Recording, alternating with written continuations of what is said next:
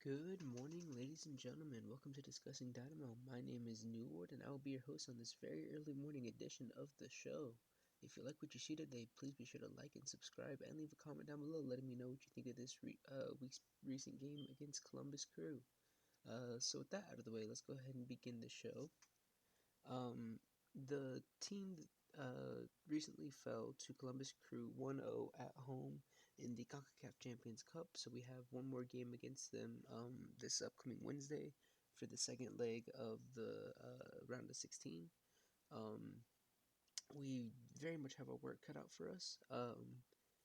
We're going into one of the hardest stadiums to play and get a win in North America.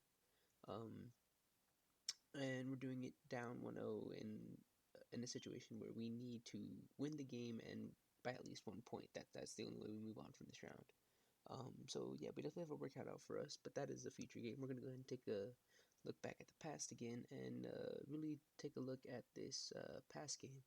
But before we do that, we do have a little bit of news. Hector Herrera has been seen back on the training grounds with the team. I believe it was Ben Olsen who said that he won't have any meaningful games or any meaningful starts for another, month or two.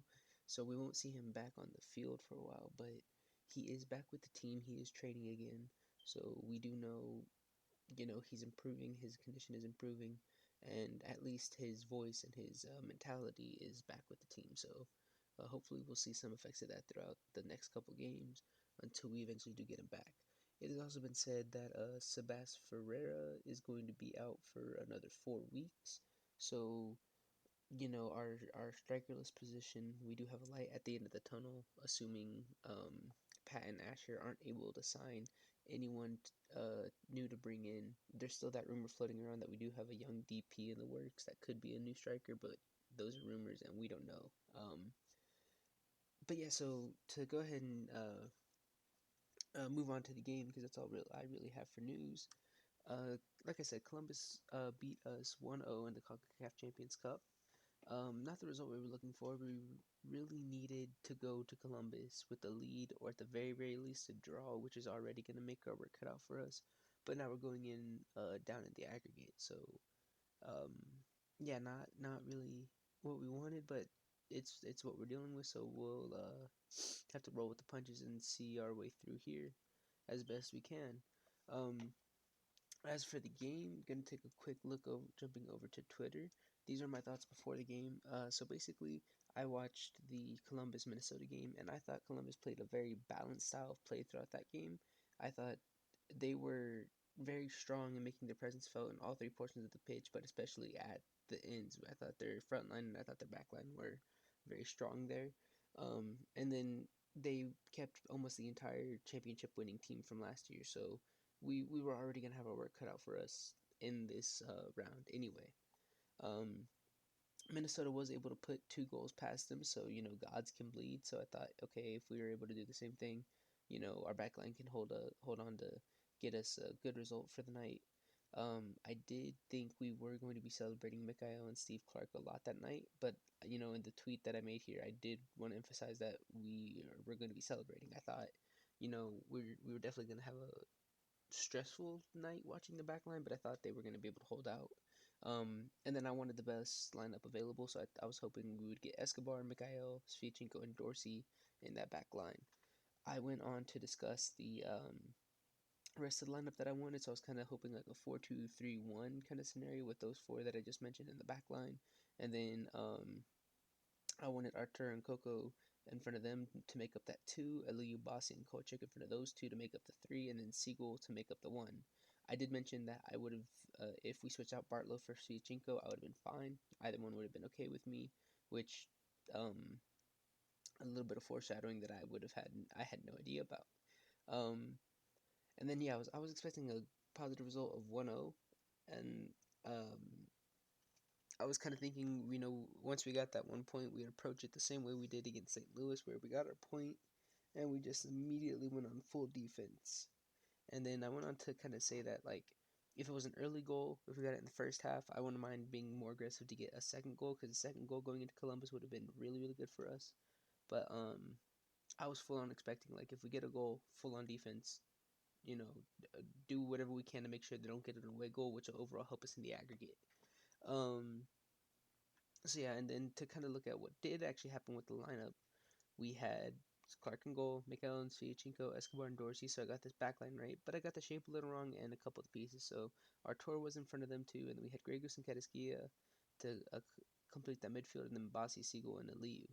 Um, so yeah, I wasn't expecting Gregus to get a full start. He's a bit old, but Olsen decided that his experience was going to be necessary here. Can't say I disagree with that decision. So we had Gregus to start. We had Siegel to start. Just we had a striker. Basi and Ali on the wings. Not too upset by that. I thought this was the best lineup we could have come out with. Um, in terms of the actual game, I did not get to the stadium until about 25 minutes in or so. Traffic in Houston was terrible that day. I made a rookie mistake and went I-10 East in rush hour conditions, so I sat in traffic for a while, and that sucked. So I didn't even know Sviatchenko was in the starting lineup because by the time I got there, he had already been injured. I think he was injured around the 20th minute, and Bartlow was already in his place. So I thought Bartlow was in the starting lineup because I hadn't had a chance to check Twitter yet because I'd been driving all day. So to kind of summarize that from what I could see from that first half, we did pretty okay. I was actually pretty pleased with it. Columbus was playing very, very, very aggressively. They weren't letting us have any kind of time in our back line to kind of find our passes and play it out of the back line the way we would like to. I think that's something they kind of learned from watching Red Bull play against us, because Red Bull did the same thing, and we all know how that game ended. We ended up losing. So I think that was something that Kansas City allowed us to have, that St. Louis allowed us to have, and that's why we were able to get points and eventually beat St. Louis in the first round of the Concacaf. Was we had that time to kind of play our game and map it out and play it the way we could figure it out how to play it. So I think that's a bit of concern, is that teams are starting to figure out how to keep us from feeling comfortable in games. Um, so yeah, that was how they came at us on attacking our defense. And then once they had the ball, obviously they were being very aggressive. They were going to try and score against us. Um, I had more to say about that, but I think that's about it. It's you have to forgive me for being a little out of it. It's almost 3 in the morning.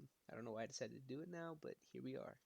Um, so yeah, and I thought we actually coped well. There we go. I thought we coped well with the aggression.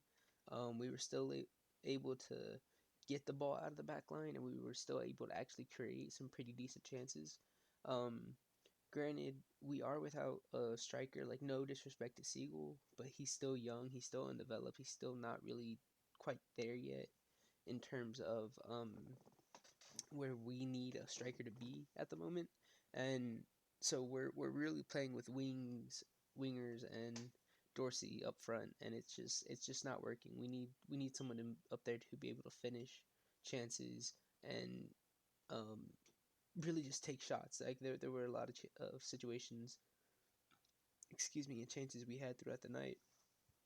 Not even just the first half, but throughout the whole night, where we just could not finish a chance. We'd create one, and then it would just we'd just almost stop ourselves from scoring. We would just pitter the chance out, trying to find a better shot that we just couldn't find. We needed someone who was going to be there and be like, okay, no shot has presented itself, so I'm going to make one.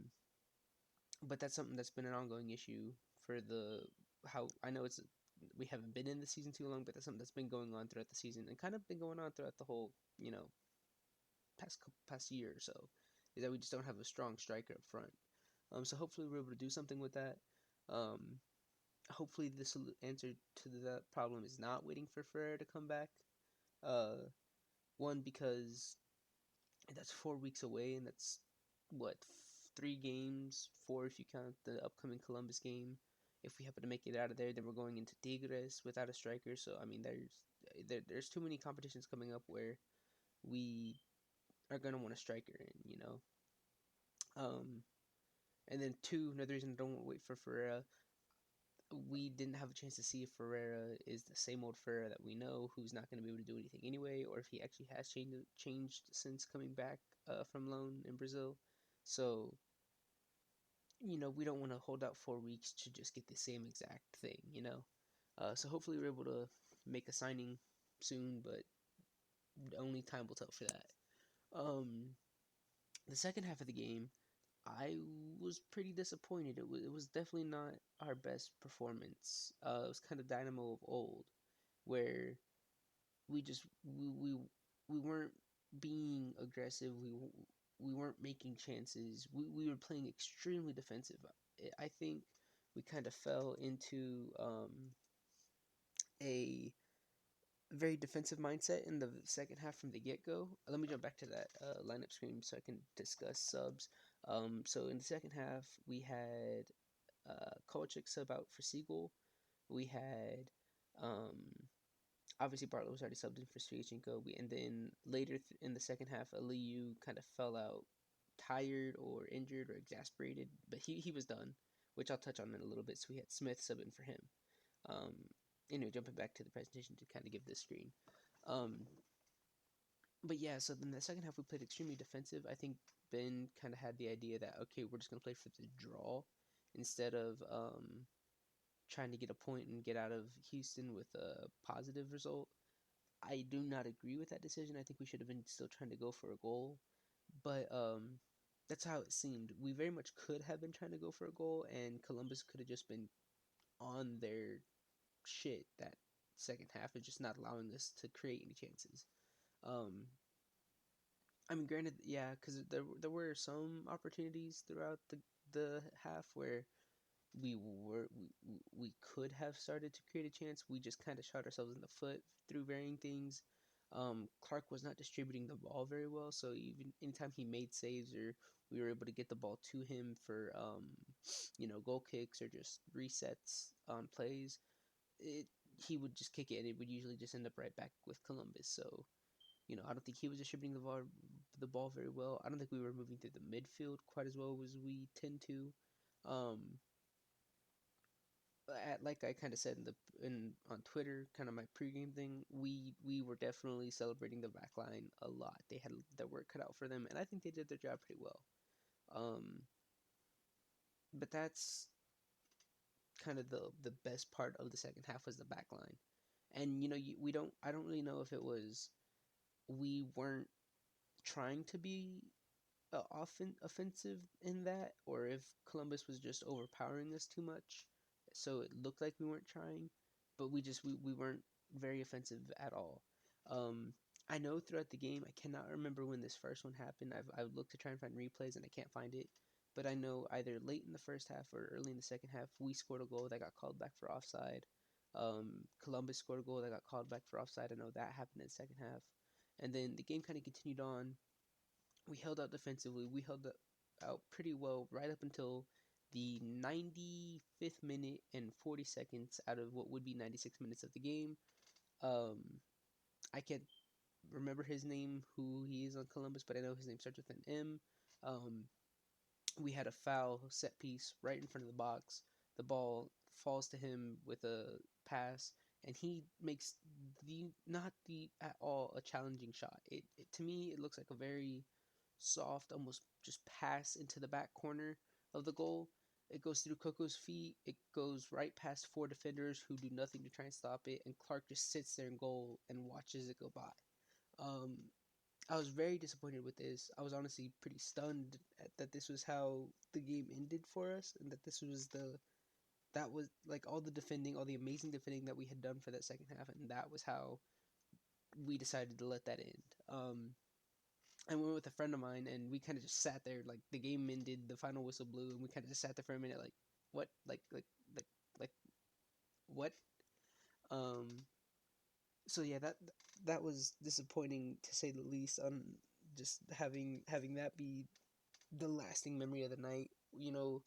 If we had left with a draw, then the conversation would be a little different. It'd be like, okay, we don't have a very strong offense right now, but our defense held out. But then it was just one bad reactions from everybody. No one stuck their foot out. No one did anything to try and stop that, and it was kind of just shocking, really. Um, yeah, so that's kind of the summary of the game. To kind of go back through the players and discuss like ratings and such. Like I said, Clark, I don't think performed the best. I don't think his distribution was too good. He did okay at blocking shots except for that last one. So because of that last one and because of his distributions and there was one really um what's the word? What's the most professional way to say this? Questionable decision that he made where I believe it was came off of a corner at our end. So let's say this here is our end where a battalion's back here. So this would be our attack. We were attacking this way. Um, it was a corner down here that they cleared and got away. So it was one member of the crew running at us with the ball over here, and I believe it was Mikael and Bartlow chasing him down on this side of the field, but they were behind. And Clark comes out of goal all the way almost to the halfway line to try and stop it, and it almost bites him in the ass because obviously the Columbus crew just took a shot. It went wide of the goal, so thankfully we missed. But there was nothing any of the defenders were going to be able to do there. I don't know why Clark came out of the goal as much. Maybe it was just to force the shot from as wide as possible to make it as hard to finish. But it was extremely irritating to see. Um, Kind of shocking. You don't really see Clark make those kind of decisions. And I mean, maybe that's smart football. Maybe I don't know enough, or maybe I don't understand the situation. Maybe that was the right move there, but for me, that was just extremely dumb. That was not the right move to make. Um, but it didn't come back to bite us, so we're fine there. So yeah, Clark, I'm gonna give a 6 on the night. That was definitely not his best performance. I think that was probably one of the worst performances I've ever seen from Clark in a Dynamo uniform. So hopefully this is a one-off, and we'll see better from him in Columbus and throughout the rest of the season. Because I still have faith in him. I don't think I've seen some comments and some people on Twitter saying like, oh, get rid of him. He's washed. He's done. But I think he's okay. I think it was just a bad night for Steve Clark. Moving up, Mikael. I think he did fantastic as always. He was last man in on the line. Um, there was that last goal though where he just wasn't able to do anything or didn't do anything. Which is kind of how I felt about Clark, where no one on the defense did anything, so you can't even say they weren't able to. Like, had someone been trying to, then it's like, okay, you tried, you didn't get there. That means you couldn't. But y'all didn't try, or it doesn't look like y'all tried. So now it looks like y'all just didn't. Y'all maybe could have, but y'all didn't.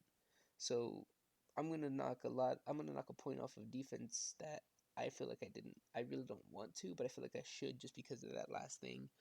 With the exception of Coco in that set piece because it went through his legs. He couldn't do anything. He was the only one who got. You can look at it and say like, he was done. He was finished. He could not do anything there. So Mikael throughout the night, I think I probably would have given him an 8 for how he was performing, but I'm gonna give him a 7 instead because of that finish. Sviatchenko, he was only there for 20 minutes. So Bartlow, I'm gonna give same thing, a 7. Would have been an 8, but I'm gonna give him a 7.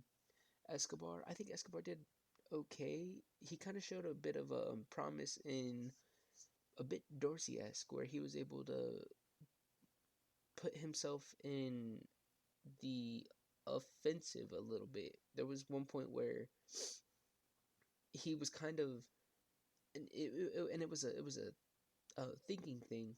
It was definitely a calculated thing he was doing where he would like walk the ball up and then kind of stop for a second. It looked like he was gonna pass it. Then he walked the ball up and kind of stop for a second, and he got all the way almost into their final third and the whole backline was basically with him.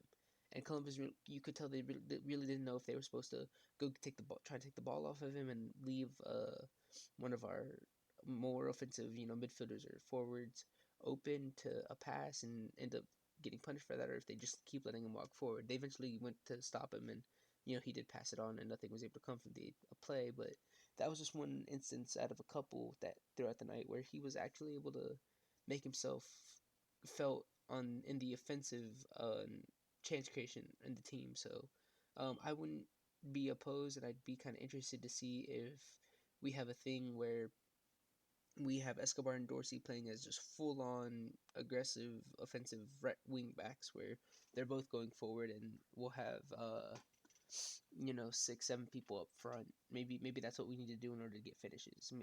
Maybe this is the solution we'll need here.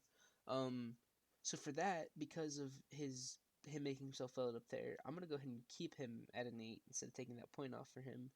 Um, I guess I'd say that would have been a 9, but take the point back off. But yeah, so Escobar I'm gonna give an 8. Dorsey, I was kind of unimpressed with Dorsey offensively. Granted, I think that was because Columbus did their homework and they knew, our bread and butter is give the ball to Coco because he's going to be able to play with Dorsey, and those two combining are deadly. So that I can't really fault Dorsey too much for Columbus kind of locking that down. And even with them locking that down, the two of them were still able to have moments where they were being the two of them and finding each other and playing 1-2 touch football between the two of them, and that alone just you can see that makes defenses work with just two of those two players alone. So, but again, he just he we haven't had the Dorsey this year that we kind of had towards the end of last year, where he was popping shots off and kind of being this not nuisance, but you saw towards the end of last year, if Dorsey didn't see a chance to pass the ball off, he would shoot it, and sometimes it'd go wide, sometimes it would challenge the goalie, sometimes it challenged the defenders, but he would shoot it. And you don't see that this year. And that might be, maybe that's instructions. Maybe they want him to be smarter with his shots and maybe try and find an open man. There was one instance where he did shoot it and it went right at Schulte in goal, and at first when I was watching it live right in front of me, it looked like a pretty like the shooting it was the right move there because of how close he was. But upon watching the replay, he could have passed it, and that would have been a for sure goal because he had already pulled Schulte out of the net. But it was a split second decision. He decided to just go for it.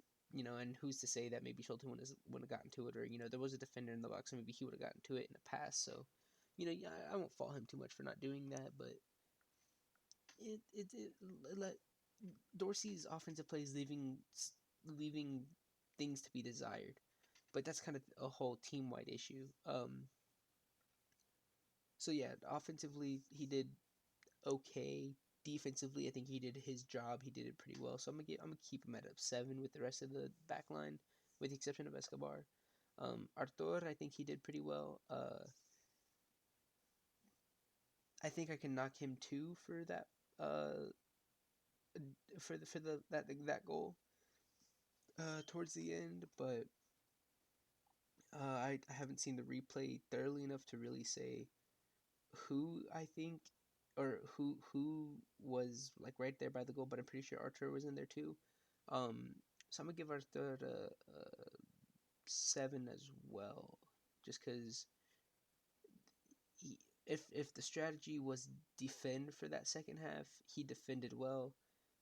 If the strategy was, try and get that goal that we needed, and then in which case, maybe I'd still probably leave him at a 7, honestly, because he's not really supposed to be. He's not there to be ripping shots. I feel like he can, but he's not there to be doing it. So yeah, I'm gonna give him a 7. Grey Goose, I'm gonna give an 8. I think he did a very very good defensive job, and I think he did just one little step above Artur. Um, there was one play specifically I remember where a Columbus Crew player was running through our midfield, and Grey Goose from behind slid, wrapped his leg around him, caught the ball first, and brought the player down, which wasn't called a foul because it wasn't a foul because he got the ball first. He very clearly got the ball first.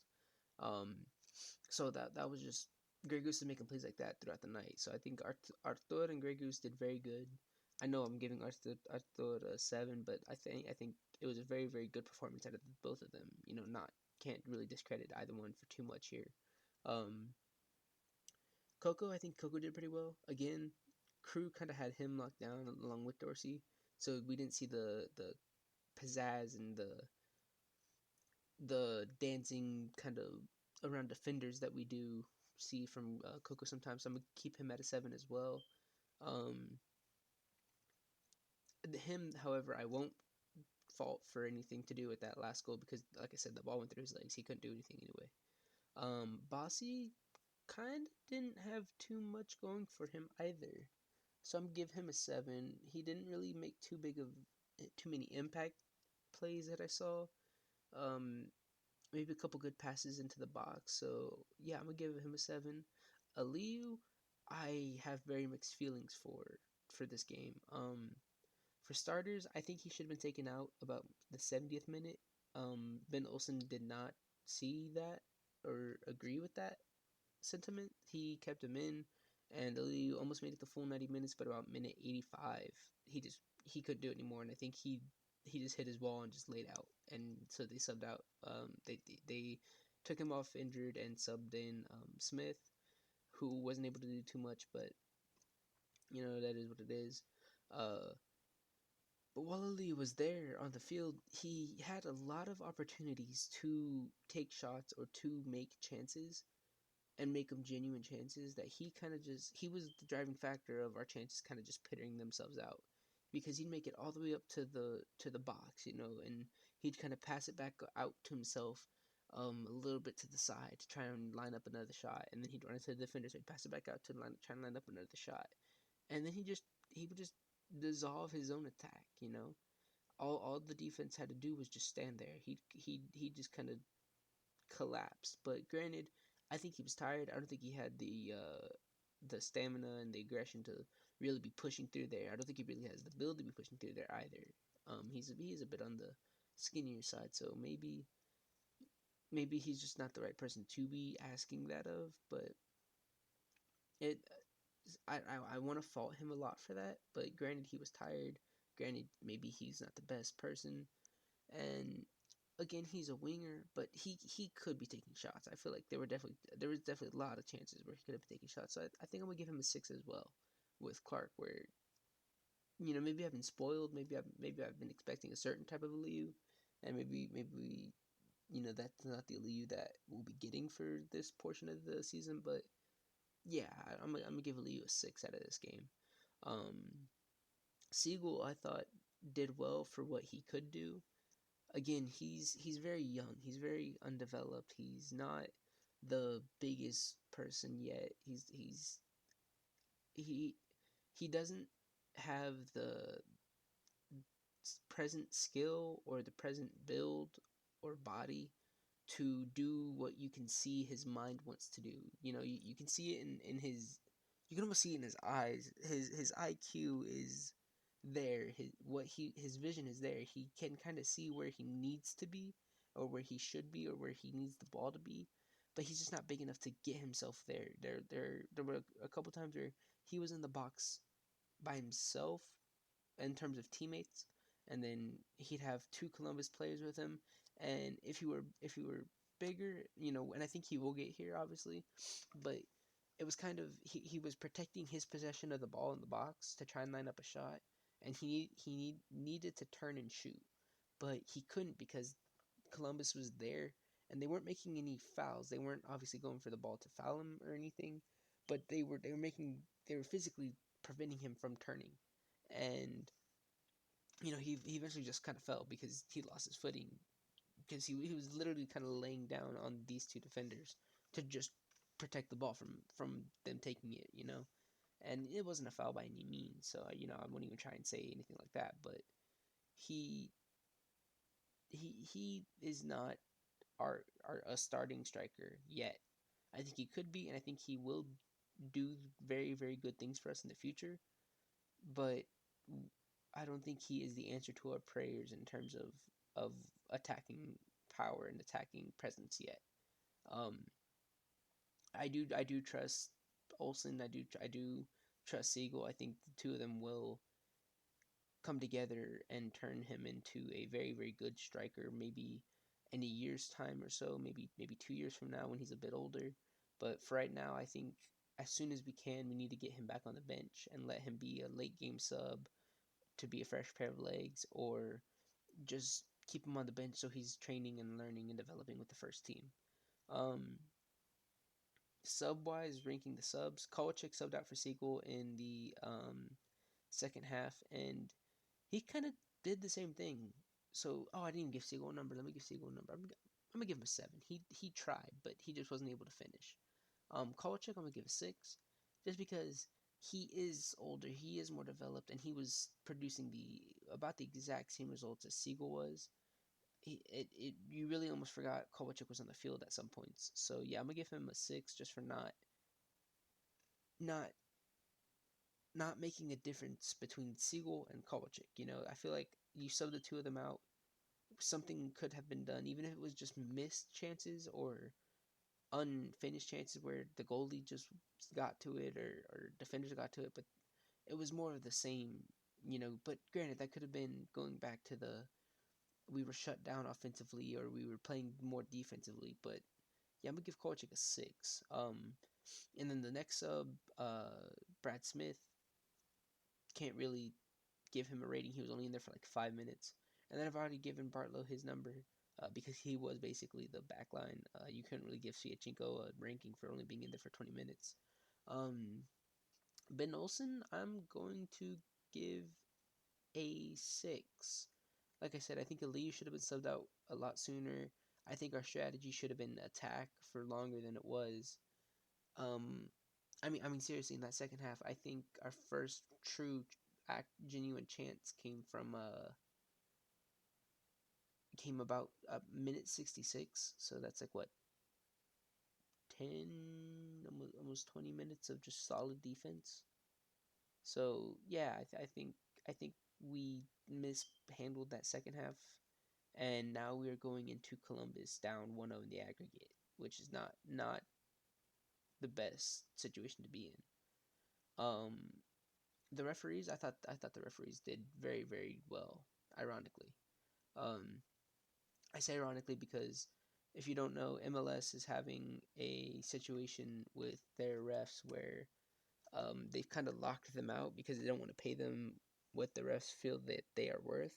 So in the MLS competitions this year, or at least so far, we are having replacement refs, which are it's a strike, so these are scabs, and these replacement refs are kind of why refereeing decisions in the MLS have been so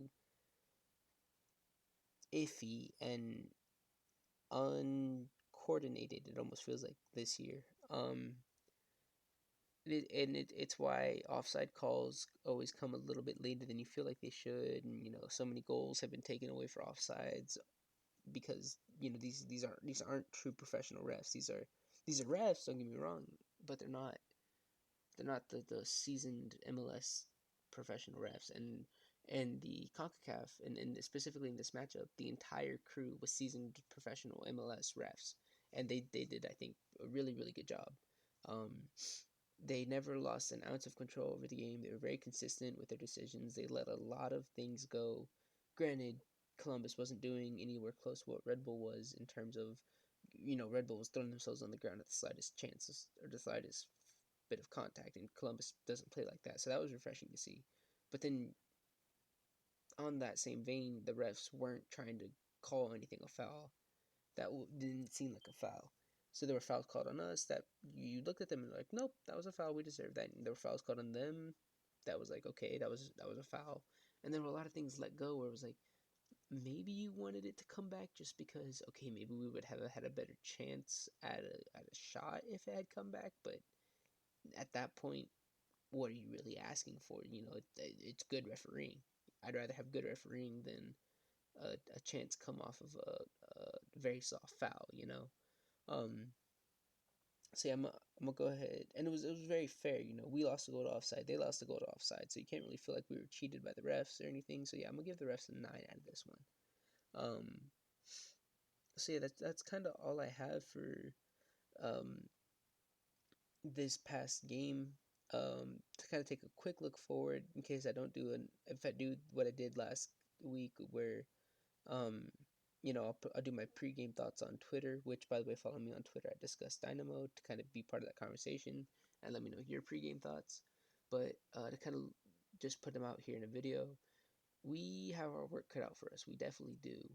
Um, we're looking right now, I think our magic number is 2-1. We have to score 2 goals to beat them in the away goal aggregate, and then the most we can let them score in that situation is 1 goal. And if we do that, we beat them and we move on. Um, the other alternative is 1-0. If we score 1 goal, we keep them scoreless. We go into penalties, and at that point, it's a penalty shootout. May the best man win. I think we have even odds in that situation. you know. Um, but other than that, if it turns into a full-on turkey shoot where we're scoring, they're scoring, they're scoring, we're scoring, I mean, we just have to beat them by one, and we move on because of the away goal aggregate, as previously mentioned.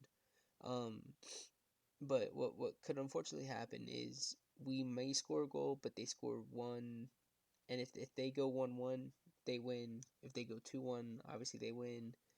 So we definitely have our work cut out for us. We have to beat Columbus. Bottom line is we have to beat Columbus. So if we can get that, we have a step in the right direction, if not the step that we need to move on. Yeah, so that's kind of what I have. Those are my thoughts for that. We don't have a game uh this weekend, so we have a bye week this week. Columbus is playing Chicago, which I like Chicago, but that's not going to be the most challenging game for them.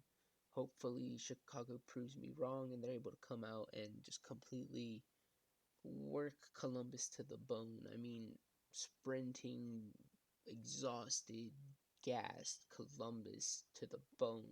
You know, hopefully they're able to do something like that, and maybe we'll be able to get a result and off of just playing against a tired Columbus. But we'll have to see. We'll have to see when we get there.